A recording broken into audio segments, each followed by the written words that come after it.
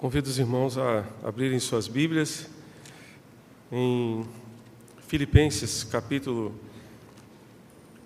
número 2, Filipenses 2, de 1 a 4. Leremos a palavra do Senhor. Estamos tentando retornar à nossa série em Filipenses e essa carta fala muito ao nosso coração e creio que temos realmente muito o que aprender com os ensinamentos do apóstolo Paulo nesta carta tão preciosa, onde aprendemos tantos princípios, tantos valores, tantas recomendações de Deus para a nossa caminhada cristã, para a nossa jornada. E aqui, nesses versos, capítulo 2 de Filipenses, de 1 a 4, nós encontramos uma exortação ao amor fraternal e à humildade. Encontramos uma exortação, em síntese, à unidade da igreja. E creio ser bem pertinente essa reflexão, especialmente hoje, quando nós estaremos celebrando a ceia do Senhor. Então, acompanhe comigo o texto da Palavra de Deus, Filipenses 2, de 1 a 4. Portanto, se existe alguma exortação em Cristo, alguma consolação de amor, alguma comunhão do Espírito, se há profundo afeto e sentimento de compaixão, então completem a minha alegria, tendo o mesmo modo de pensar, tendo o mesmo amor e sendo unidos de alma e mente. Não façam nada por interesse pessoal ou vaidade, mas por humildade, cada um considerando os outros superiores a si mesmos, não tendo em vista somente os seus próprios interesses, mas também os dos outros. Que Deus nos ajude a compreender a sua palavra nessa manhã. Meus amados, este texto representa um apelo do apóstolo Paulo à unidade da igreja de Filipos. Um apelo de Paulo à unidade da igreja de Filipos. A igreja de Filipos, como vemos na carta, era uma igreja amorosa, era uma igreja em que os irmãos viviam em comunhão, em unidade, mas, de acordo com a palavra de Paulo, sempre havia algo a melhorar, sempre havia algo a ser aperfeiçoado. Ele diz: completem a minha alegria. No verso de número 2, completem a minha alegria. Se ele diz, completem a minha alegria, obviamente a sua alegria não estava completa, não estava plena.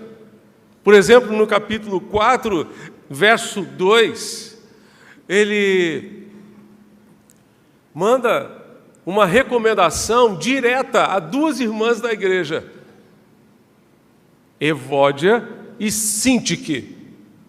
Evódia e Síntique. Eu não sei se você conhece alguma Evódia e alguma Síntique. Eu tive uma ovelha no Rio de Janeiro, uma adolescente, que se chamava Síntique, né? Se chama Síntique, né? Muito querida, muito querida. Mas Paulo manda uma recomendação específica para essas duas irmãs, que elas pensem o mesmo no Senhor, que elas cheguem a um acordo, que elas se entendam. Eu não sei se elas gostaram muito não, sabe? Eu imagino que elas devem ter ficado meio chateadas quando leram aquela carta de Paulo e viram os seus nomes citados lá, como sendo irmãs que não, pelo jeito, se suportavam. Não se suportavam. Parece que estavam meio embirradas uma com a outra, olhando de cara feia uma para a outra, meio carrancudas, não conseguiam caminhar juntas. Paulo pede que elas sintam o mesmo no Senhor, que tenham o mesmo sentimento, o mesmo amor, o mesmo afeto de compaixão e de união. O verso 2, os irmãos podem manter suas Bíblias abertas, por favor. Filipenses 2, verso 2, Paulo diz: então completem a minha alegria tendo o mesmo modo de pensar, tendo o mesmo amor e sendo unidos de alma e mente. Quando Paulo se refere aqui ao mesmo modo de pensar, eu creio que Paulo não estava procurando se referir a termos um pensamento homogêneo, igual, mas que, apesar das nossas diferenças, todos somos diferentes. Todos somos diferentes. Apesar das nossas diferenças, possamos caminhar juntos, unidos, em torno da missão. Em torno da missão. Confesso aos irmãos que nesses dias que antecederam as eleições, eu fiquei impressionado com o engajamento político de tanta gente.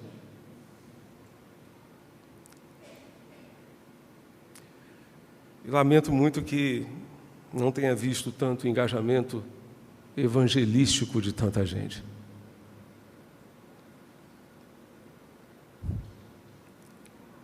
Meus irmãos, nós precisamos nos unir em torno da missão. Precisamos nos unir para fazer aquilo que Jesus nos mandou fazer. Ele nos mandou fazer discípulos. E quantas vezes nós perdemos tempo fazendo tantas outras coisas? Tantas coisas.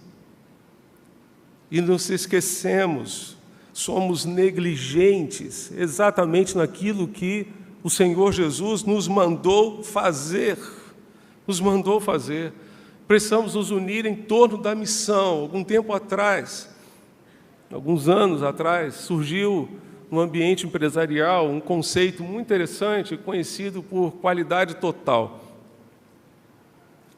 E, certa ocasião, ouvindo uma palestra sobre qualidade total, aquele que estava ministrando, o palestrante, exemplificou esse conceito com o trabalho que deveria ser feito num hospital. No hospital, a missão do médico, obviamente, é salvar vidas. Mas no hospital, a missão do faxineiro também tem que ser salvar vidas. A missão do servente também precisa ser salvar vidas. Independente da função, todos precisam estar unidos na mesma missão, no cumprimento da mesma missão. E é isso que eu e você precisamos fazer. O verso 2 ainda nos diz que nós devemos ter não apenas o mesmo modo de pensar, mas ter o mesmo amor. Ter o mesmo amor sendo unidos de alma e mente. Esse amor é aquele que é derramado por Deus nos nossos corações. O amor de Deus que nos ajuda a amar as pessoas que estão ao nosso redor. O amor de Deus que nos ajuda a pedir perdão e a perdoar. O amor de Deus que nos ajuda a suportar uns aos outros, apesar das nossas diferenças, que nos ajuda a amar o nosso irmão, apesar das nossas diferenças de opinião. Amor de Deus que nos ajuda a agir e a reagir de uma forma que glorifique a Deus, que exalte o nome do Senhor. Esse amor é derramado em nossos corações pelo Espírito do Senhor. Romanos capítulo 5, verso 5, Paulo nos diz que o amor de Deus está derramado em nossos corações pelo Espírito Santo que nos foi dado por Deus. Todo crente tem o Espírito Santo, foi selado pelo Espírito Santo no dia da sua conversão, no ato da sua conversão. Nós não poderíamos ser crentes, em hipótese alguma, sem a ação do Espírito Santo, nos convencendo do pecado, da justiça, do juízo, nos convencendo da perdição eterna e nos convencendo do grande amor de Deus. Não poderíamos. Então, todo crente tem o Espírito Santo. E se ele tem o Espírito Santo, o seu coração pode ser transbordante deste amor, porque o que o Espírito faz transbordar em nós é o amor. O amor por Deus e o amor uns pelos outros. O maior sinal de um crente cheio do Espírito Santo é a sua capacidade de amar o seu irmão. É a sua capacidade de amar as pessoas que estão ao seu redor. Esse nível de unidade na igreja é possível. É possível quando algumas exigências são satisfeitas de acordo com Paulo. A unidade na igreja é possível quando há humildade. Vá comigo ao verso 3. Filipenses 2, verso 3. Paulo diz: nada façam por interesse pessoal ou vaidade, mas por humildade, cada um considerando os outros superiores a si mesmo. Meus amados, a humildade é a chave da unidade. É uma das chaves da unidade. A humildade é fundamental para nos ajudar a promover a unidade. Só um coração humilde pode reconhecer os seus erros e pedir perdão. Somente um coração humilde pode considerar os outros superiores a si mesmo. A humildade opõe-se à contenda, à ambição vã e ao partidarismo. Observe bem o verso 3. Nós temos duas expressões aqui bem interessantes. E eu vou compartilhar com os irmãos 3 versões da Bíblia para tentarmos entender bem esse contexto. A Nova Almeida Atualizada traduz: não façam nada por interesse pessoal ou vaidade. A Almeida século 21 traduz: não façais nada por rivalidade ou por orgulho.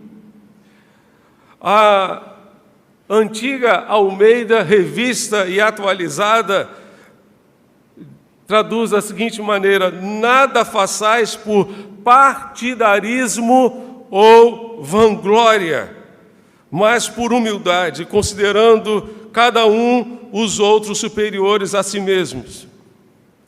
Essa palavra que é traduzida por partidarismo, por rivalidade e por interesse pessoal, no grego significa intriga por um ofício. A pessoa que tem o ofício de produzir intriga, um desejo de colocar-se acima dos outros, um espírito partidário e faccioso, de promover facções. Intriga por ofício. Um pastor amigo, certa vez, me disse que na sua igreja havia um irmão que era, segundo ele, patologicamente contrário a tudo. Vamos pregar o Evangelho, eu sou contra.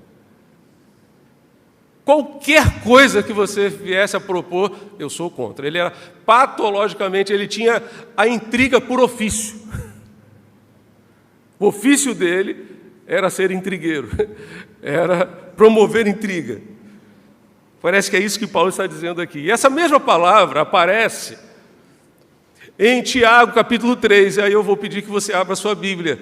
Porque nesse texto de Tiago, Tiago está falando a respeito da sabedoria.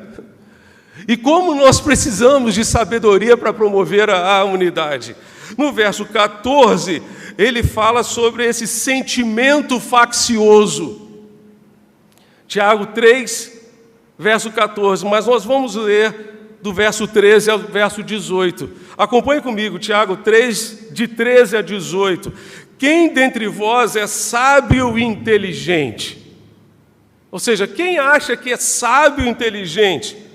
Se acha que é sábio e inteligente, mostre em mansidão de sabedoria, mediante condigno proceder as suas obras. Se, pelo contrário, tendes em vosso coração inveja amargurada e sentimento faccioso, olha a palavrinha aqui, é a mesma palavra traduzida lá por partidarismo, em Filipenses capítulo 2. Tendes sentimento faccioso, nem vos glorieis disso e nem mintais contra a verdade. Essa não é a sabedoria que desce do alto, que desce lá de cima, antes é terrena, animal e demoníaca. Partidarismo, sentimento faccioso, é do inferno. É do inferno. Não pode vir do alto, não pode vir de Deus, vem do inferno.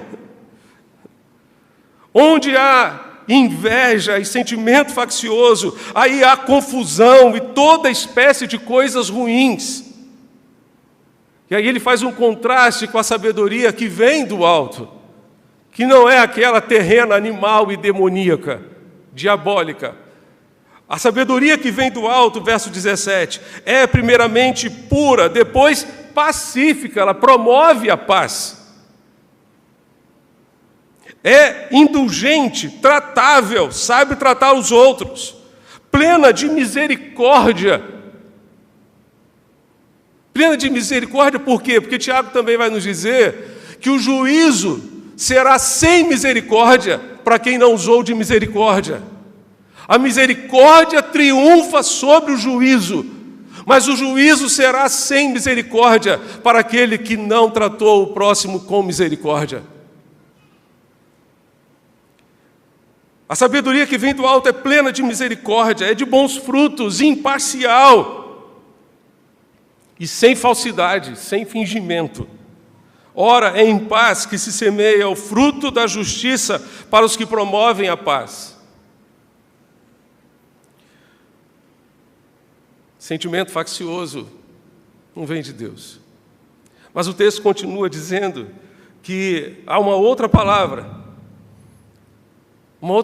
que Paulo traduz, ou Paulo se refere a vanglória, orgulho ou vaidade. Nessas três versões, ele fala, na primeira versão, interesse pessoal e vaidade. Na segunda, rivalidade ou orgulho, partidarismo ou vanglória. Essa expressão no grego significa glória vã. Glória vã. Glória sem fundamento. Meus amados, a atitude da vanglória, os irmãos, por favor, prestem bastante atenção. É algo muito sutil. É algo muito sutil.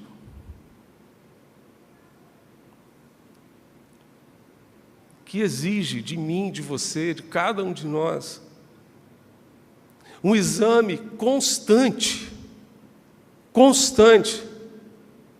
das nossas intenções. Constantemente nós precisamos sondar o nosso coração para verificar se existe em nós algum dedinho de vanglória, Tome cuidado com a vanglória. A vanglória é muito subjetiva. Muito subjetiva. E nós podemos fazer uma série de coisas, até pregar uma mensagem, e lá no fundo, alimentar no nosso coração um desejo de reconhecimento, um desejo de vanglória. Podemos cantar, podemos louvar a Deus com esse sentimento no nosso coração. Faça uma revisão nas suas intenções, aquelas intenções mais profundas do seu coração, e afirme com toda a sua alma, como João Batista, que ele cresça e eu diminua. Que ele cresça e eu diminua.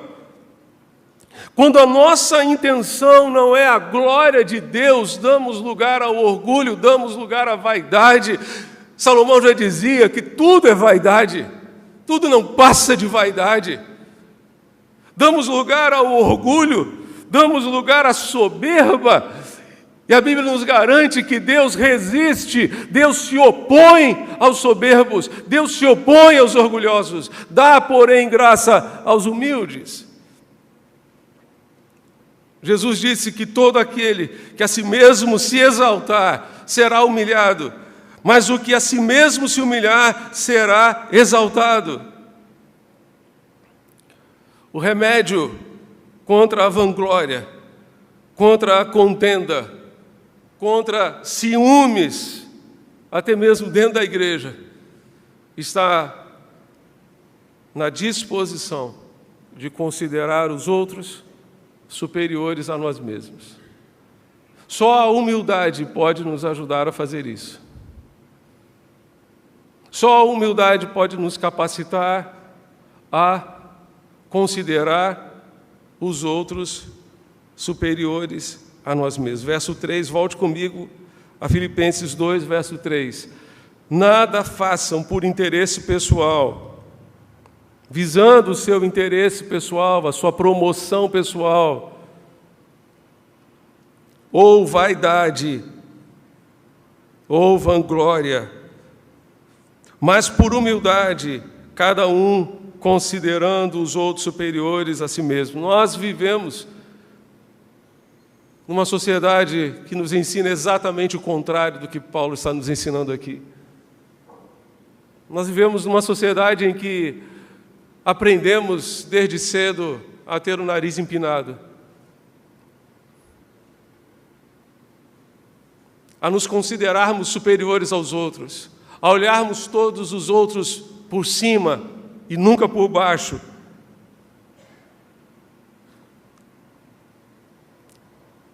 Aprendemos isso na sociedade em que vivemos. E quando isso acontece dentro de casa, com certeza acontecerá também fora de casa. Quando não se respeita pai e mãe dentro de casa, fora de casa também as pessoas não vão respeitar professor, chefe, qualquer outra pessoa. Se o mundo ensina desse jeito, a palavra de Deus nos ensina ao contrário. Cada um considere os outros superiores a si mesmo. Rory Noland, em um de seus livros, escreveu sobre barreiras que impedem o serviço cristão. Barreiras que impedem o serviço cristão. E eu vou destacar só duas aqui para vocês. A primeira delas é exatamente esta que Paulo cita aqui. Uma atitude de superioridade. Ele diz, podemos comunicar uma atitude de superioridade de muitas maneiras. Algumas delas sutis, como disse anteriormente, e outras nem tanto. Por exemplo, o modo como tratamos os outros revela se pensamos ser melhores do que eles ou não. Por trás dessa atitude de superioridade está o orgulho, tão condenado nas Escrituras. Orgulho é um desejo oculto de ser exaltado. Infelizmente, é também um daqueles pecados que é tão fácil ver nos outros, mas tão difícil enxergar em nós mesmos. C.S. Lewis disse que o orgulho não tem prazer em ter algo, apenas em ter mais que a pessoa ao nosso lado tem. A comparação é que faz ter o orgulho, porque o prazer é estar sempre acima de todos os demais. A verdadeira questão é onde está o pecado do orgulho no nosso coração. Paulo disse, se você quer se gloriar, se alguém quer se gloriar, glorie-se em Deus. 2 Coríntios 10, verso 17. Ele diz mais, se quer gloriar-se em alguma coisa, glorie-se em sua fraqueza e em sua suficiência em Deus. 2 Coríntios 12, verso 9. E aí ele disse, pelo que de boa vontade, eu me gloriarei nas minhas fraquezas, não na minha fortaleza. Eu vou me gloriar nas minhas fraquezas, porque elas serão uma oportunidade para que eu veja o poder de Cristo manifesto na minha vida. O poder de Deus não opera na nossa fortaleza. Ele opera na nossa fraqueza, nas nossas limitações, quando nós nos humilhamos, quando nós nos quebrantamos diante de Deus. Outra grande barreira ao serviço cristão, segundo esse autor, são segundas intenções egoístas.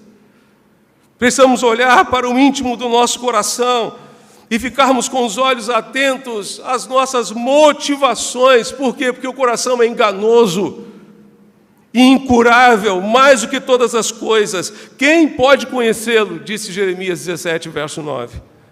Precisamos examinar as nossas motivações mais profundas, pois é possível que lá no fundo exista uma motivação de ser notado, ser aplaudido, ser reconhecido. A única rivalidade aceitável no corpo de Cristo, a única rivalidade aceitável dentro de uma igreja, é que cada crente deve procurar exceder ao outro em demonstrações de amor. Essa é a única rivalidade aceitável dentro de uma igreja. Vamos ver quem é que consegue expressar melhor o amor pelo outro, pelo próximo, de uma forma mais visível, mais clara. A unidade é possível quando há humildade suficiente para nos ajudar a considerar os outros superiores a nós mesmos. Mas a unidade é possível também quando há iniciativa. Vá comigo ao verso 4, Filipenses 2, verso 4. Não tendo em vista somente os seus próprios interesses, mas também o dos outros.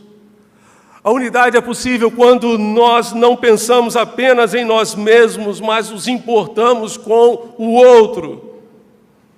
Não somos apenas ocupados com os assuntos do nosso próprio interesse, mas olhamos para o lado. Não nos preocupamos apenas que as coisas aconteçam de acordo com a nossa preferência, com o nosso desejo, muitas vezes egoísta. Normalmente nós somos demasiado ocupados com nós mesmos. A nossa tendência é sempre olharmos para nós mesmos. Quando lhe apresentam uma foto de um grupo de pessoas e você está na foto, quem é a primeira pessoa que você procura na foto?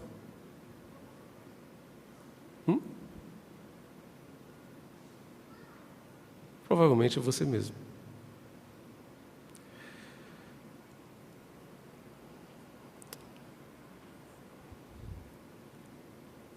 Quantas vezes estamos tão ocupados que não conseguimos nos preocupar com o outro? Jesus contou a parábola conhecida como parábola do bom samaritano.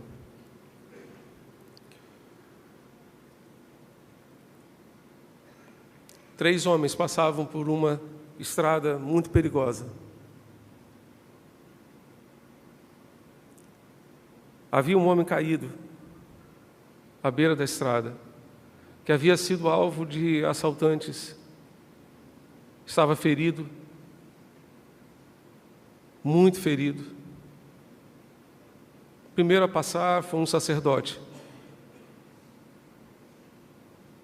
O segundo a passar foi um levita. Mas por muitas razões que não temos tempo de abordar aqui, eles não se importaram com o próximo. Em terceiro lugar apareceu um samaritano, desprezado pelos judeus. E justamente este foi quem se aproximou, foi quem viu e se aproximou daquele homem caído e lhe estendeu a mão e ajudou na sua restauração. Jesus terminou a parábola perguntando ao escriba a quem a contava, perguntando quem foi o próximo daquele que caiu nas mãos dos salteadores. E porque eles não pronunciavam sequer a palavra samaritano, ele disse, aquele que usou de misericórdia. E Jesus disse, então vá você e faça o mesmo. E aquele samaritano nada mais é do que uma figura, um retrato do próprio Cristo. E nós vamos continuar a nossa reflexão hoje à noite, a partir do verso 5 de Filipenses capítulo 2, onde Paulo nos diz, tende em vós o mesmo sentimento que houve em Cristo Jesus. Tende em vós o mesmo sentimento que houve em Cristo Jesus. Cristo se importou, Cristo veio ao nosso encontro, Cristo viu as nossas mazelas, atou as nossas feridas. Precisamos nos importar com quem está ao nosso redor, ao nosso lado.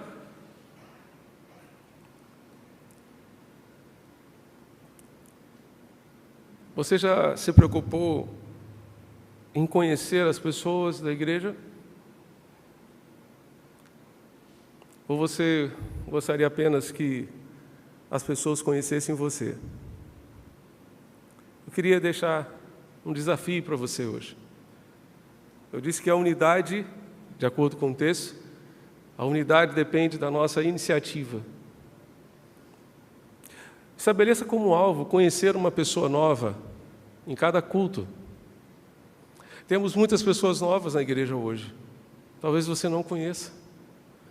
Temos muitas pessoas que estão visitando a nossa igreja. Talvez você não conheça. Olhe para o seu lado. Olhe para trás. Olhe para a frente. Você pode fazer isso agora? Faça esse exercício aí. Já conhece todo mundo que está ao seu redor? Quando terminar o culto, levante-se do seu lugar e procure pelo menos uma pessoa. E diga a essa pessoa, qual é o seu nome? Você me permite orar por você durante esta semana? Eu posso orar por você esta semana? Isso é se importar. Mais do que receber um abraço do pastor lá na porta, do que receber um cumprimento do pastor e sua esposa lá na saída do culto, eu tenho certeza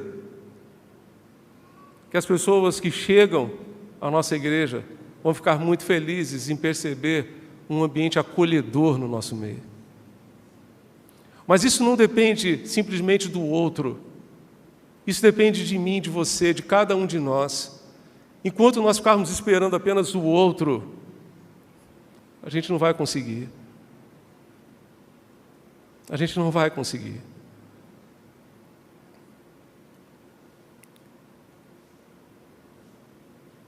Preocupe-se com o outro. Ligue para alguém esta semana e ore com essa pessoa. Faça uma visita. Faça uma visita. Como gostamos de receber uma visita, não é verdade? Mas que tal você sair da sua casa e visitar alguém? Qual foi a última vez que você fez isso? Como eu gosto de visitar. Essa semana Deus me deu oportunidades maravilhosas de visita. Mas eu queria só lembrar os irmãos que, se você fizer uma conta rápida aqui comigo, se nós somos 2.500 membros,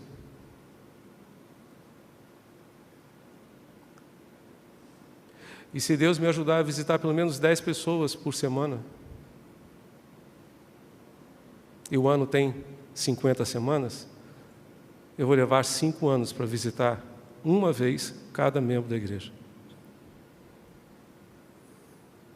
E aí, os próximos 5 anos, mais uma visita. É por isso que o Novo Testamento fala do cuidado de uns com os outros, fala da mutualidade, em que cada um de nós precisamos nos importar com o outro, e não depender apenas do trabalho de uma pessoa.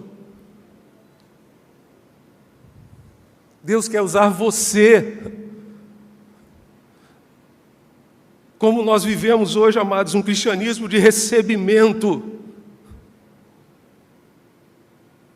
Parece que nós nos tornamos consumidores e clientes, e não servos. Queremos consumir o culto, queremos consumir a estrutura da igreja, que em alguns casos parece ser um clube, menos uma igreja. Nos tornamos clientes, e o cliente sempre tem razão em tudo. Já dizia o fundador do Walmart, regra número 1, o cliente sempre tem razão.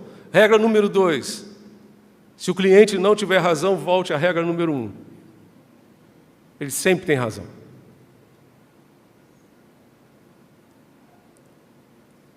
Não somos uma comunidade de clientes e consumidores, somos uma comunidade de servos. Estamos aqui para servir uns aos outros, para nos importar uns com os outros. Ao longo desses 32 anos de ministério, quantas e quantas vezes cheguei na casa de pessoas. Pessoas que me disseram, pastor, muito obrigado porque o senhor veio me visitar, mas eu não recebi a visita de uma pessoa sequer da igreja, não recebi um telefonema sequer da minha igreja.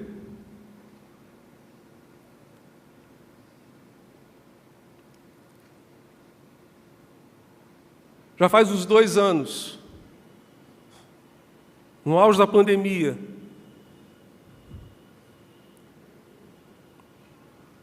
trabalhando em jornadas muitas vezes de 12 horas por dia,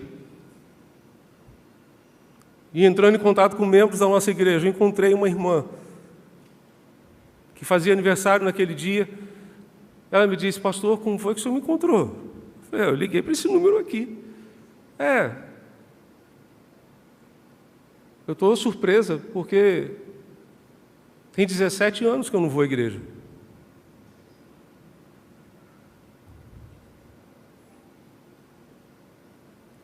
Desde que eu me batizei, e pelas contas que eu fiz, eu falei, meu Deus, quanto tempo tem?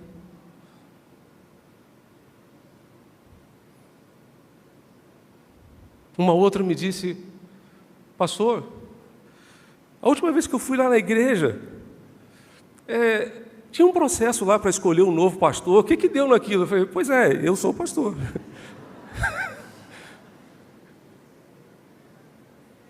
Eu sou o pastor.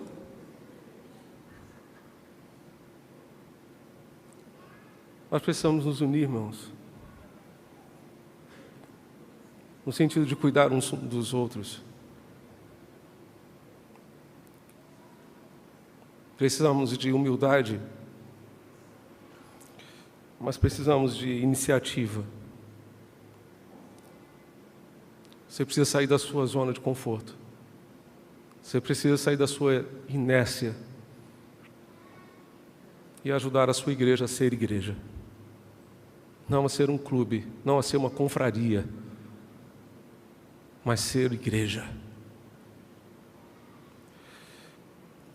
Eu queria terminar pelo início. Vá comigo ao verso 1.